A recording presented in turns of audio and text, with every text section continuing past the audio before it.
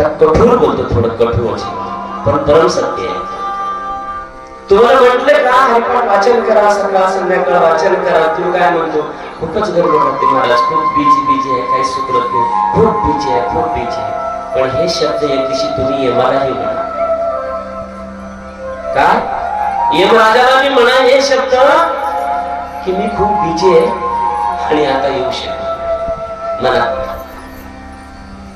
चालेल म्हणा की काय समजलं स्वतः कुठं पोहोचलं असं समजत. 4 पैसे कमवले म्हणजे काय तुम्ही करोडपती अब्जपती झाले म्हणून काय त्याच्या आकड्यातला कुठला ब्रँडेड किंवा ग्रँटेड काही झाला का तुम्ही त्याच्या आहे का?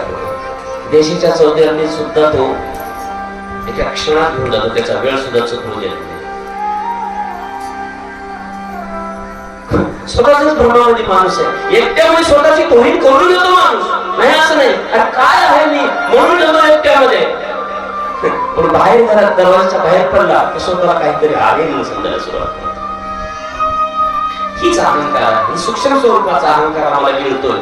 अहंकार म्हणजे काय मोठी दाबून असं काय तोंड असं मोठं करून असं काय लोकांपुढे उभा टाकणे, रावणासारखं ऍटिट्यूड करणे, त्याला अहंकार म्हणतात. नाही, हे पण अहंकारच आहे, पण हे जहरीला अहंकार आहे. हे काहीतरी ते एवढं मोठं वाघेची रचना करून गुरुदेवांना म्हणतात की देवा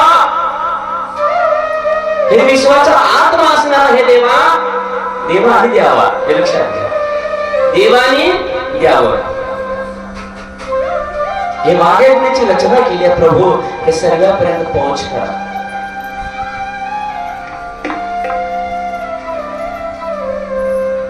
महाराज म्हणतात गुरुवरी बाबा तू हे सर्व दान करायला तयार आहेस, हे सर्व ज्ञान दान करायला तयार आहेस, हो देवा तुझ्यासाठी.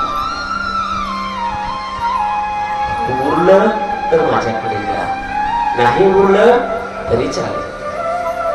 कारण ज्ञान हे गुप्त आहे, पण ज्ञान हे गुप्त आहे, पण दान करण्याचा अधिकार आहे. सर्वात श्रेष्ठ जे कोणचं दान असेल तर ज्ञान दान, पण किती गुप्त आहे ते.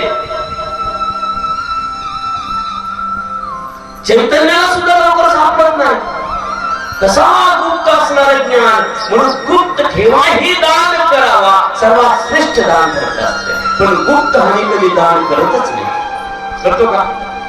कागदात पत्र लपून डब्यात कुंकात वगैरे कुठं कारण ते आपलं आवडीचं असतं म्हणून त्याला गुप्त ठेवतो. ज्ञान काही साधन नाही, ज्ञान तर मुक्ती देतो. ज्ञान चाही मुक्ती देतं, समीपता सर्वपता साहित्यता सर्वपता सर्व मुक्ती देऊन टाकून देते ज्ञान. सायुज्य मोक्ष प्रदान करून देतं आम्हाला ज्ञान. ज्ञान आत्मदर्शन करून देतं.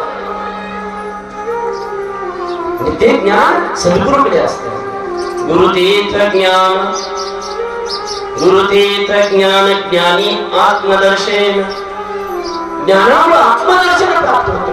असं ते पुढे ज्ञान एवढं अनमोल, ज्याच्याने एवढ्या मोठ्या वस्तू खरेदी केल्या जातात, ते वस्तू ज्ञानेश्वर महाराज अमूल्य असणारं दान सर्वात सगळ्यात असणाऱ्या जगातल्या विश्वात्म्याला आत्म्याला प्रदान करण्याकरता सांगतात. देवा हे द्या.